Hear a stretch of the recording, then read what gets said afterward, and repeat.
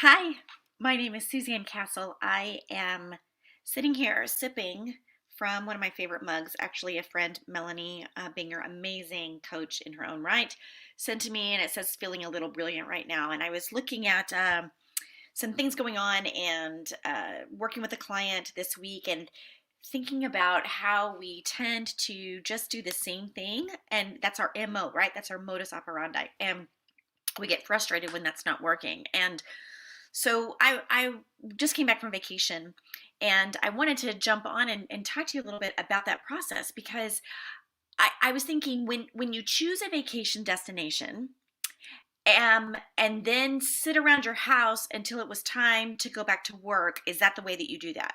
So, for example, you're going to choose to go somewhere, you have this great idea in your mind, you're all set, ready to go, and it's 3 months away.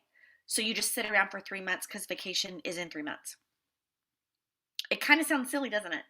But I want you to think about the times that you thought about a goal you have finances or losing weight or finding a more fulfilling job, but you didn't take the necessary steps to achieve what you wanted. In other words, you sat around for 3 months waiting, right?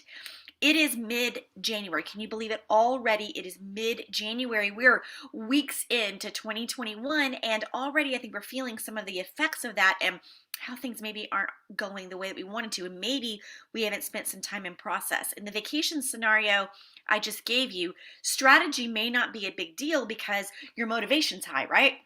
Maybe there's few obstacles, right? There's not a lot of obstacles with going on vacation whenever we can do that again, right? However, when you're pursuing a really challenging goal, maybe losing weight or saving a bunch of money or getting a different job, it's important to think about the process as well as the outcome. And so many times when we set a goal, we have our intentions that we set at the beginning of the new year. It's about outcome and not about process. But what I would say to you is you can enjoy more success by changing your approach just slightly to your goal getting. And so I wanted to briefly come on and talk to you more about process goal getting and how you can use it to really just generate a different kind of energy around success. So the first thing that I would tell you is that you need to start setting process goals. Hi, Carol. I'm glad that you're checking in. It's good to see you today. So the first thing that I would say when you're thinking about your process is that focus on your behavior, right? We've been told that several times that you're probably familiar with outcome goals that describe a result, like managing your blood pressure, let's say. But it can be difficult to make progress unless you set a process goal for the related steps, like I'm going to cut back on salt, I'm going to exercise regularly, I'm going to take my blood pressure once a day. So these are process related to your goal getting, right? The other thing that you want to do is learn from your experience. So your past victories, they give you this foundation, right, to build on. You identify your strengths and your tactics that work for you so that then the third thing is to clarify your expectations. When you begin to analyze, spend some time like centering yourself, making space for what is actually happening with your goal getting, it gives you an opportunity to consider whether or not that goal is really providing the benefit that you're hoping for. For example, if you're trying to build up your self-esteem, let's say, you may decide to cancel plastic surgery if that was something that you were looking for and go back to school instead, right? Both of those things might raise your self-esteem. I get it, but one has some benefits and one has a different benefit. You want to clarify your expectations along the way. You're only able to do that if you take time to do that. And you must be specific. So precise goals, they're really easier to visualize and give you much more motivation to your brain and your heart and the way that you interact in your action when you have a clear sense of direction. So I encourage my clients to identify their top priorities and then express their thoughts, their feelings about that in really simple language, and then we take steps to make those a reality. Speaking of reality, we all have to face it, don't we? So I would encourage you to ask the hard question, which is, are you capable of achieving this goal? For example, you may discover that you need to earn an additional certification before you can apply for a more senior position. You may want to be a Broadway star, but can you carry a tune? Right? So sometimes coming to some understanding about the reality of what our goal is can really help us kind of center in and how we make that happen. And then, of course, throughout all of that, I encourage people to think positive and use our goals to describe things that we want in life rather than things we're trying to avoid. So it's much more fun and effective. But I want to talk to you specifically about how you implement process goal getting. So that first part is just really the how you start this. But let's go through some effective steps. So the first thing that I always advocate for is combine. What does this mean? It really means combine your goal getting. So process goals, what they really do is they supplement your outcome goals, right? And rather than replace them. So they go together. So when you put them together, you can see the big picture and begin to pay attention to the details. Remember the vacation scenario I talked about at the beginning. You don't book a vacation and sit around till it gets there. You still have stuff you have to do. You have to get groceries. You have to show up at your job, right? When you're talking about process goals, you combine those, right? And making sure that they're working together. So you've got to see the big picture, your vacation in 3 months, let's say, but you got to pay attention to the details. Do I have enough money? To have enough money, I have to go to work. To go to work, I have to get up every day, right? So this is the way that you begin to implement process goals. And then I talk about breaking. What do I mean by this? Well, first you combine and then you break. You break things down. If your final goal is a really long way off, you may, and I would advocate for creating shorter term objectives to strive for. Otherwise, it's just too big. It's too out there. This week I was talking to a client about a 10-year plan, and it was easy to think 10 years from now, but much harder to think 2 years from now.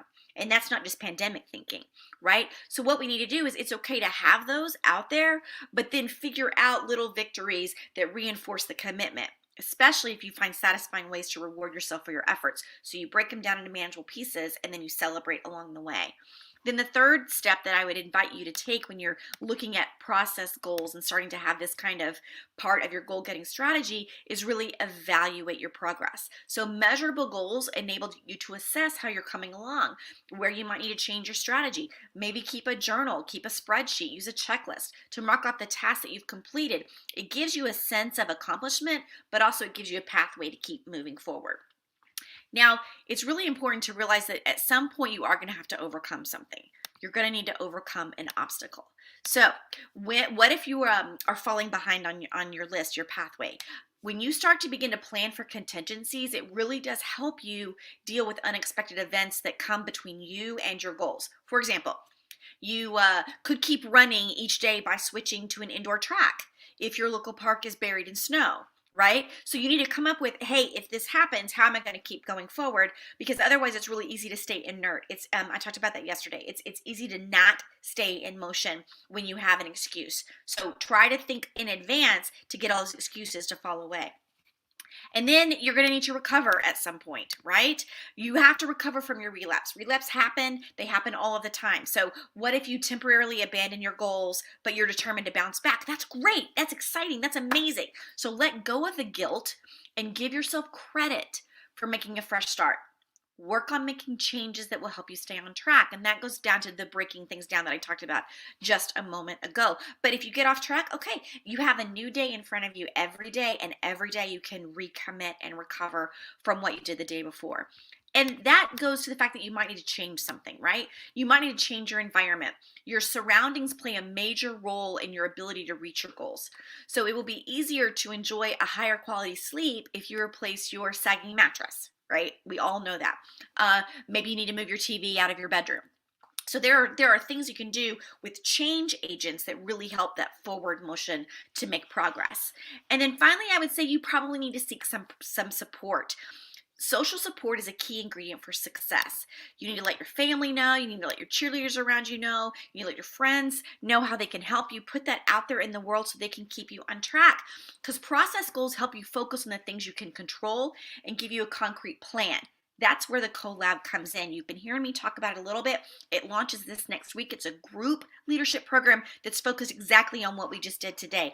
How to goal get differently, how to make processes and stick with them. Having someone like me in a group coaching that keeps you moving, gives you strategies in that moment to click in and go. Video trainings that you can go back to again and again that will help you create the life that you want by setting meaningful goals on leadership, and communication and project management, and then taking the necessary actions to reach them. And that is going to be open, and I don't want you to miss the opportunity. So if you want to find out more information on how you can jump in for only $497 for 6 months of this magic, I normally charge 15,000. So I'm doing this new group program, and I'm doing it as a steal of a deal at a special launch price. So I want to help you do things like break and evaluate and overcome and recover and change and seek support. So you can put a comment below and I'll reach out. You can find me on Facebook Messenger, text me. I am everywhere.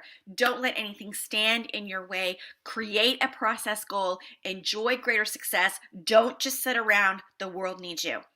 I'm Suzanne. I'll check in with you soon. Take care.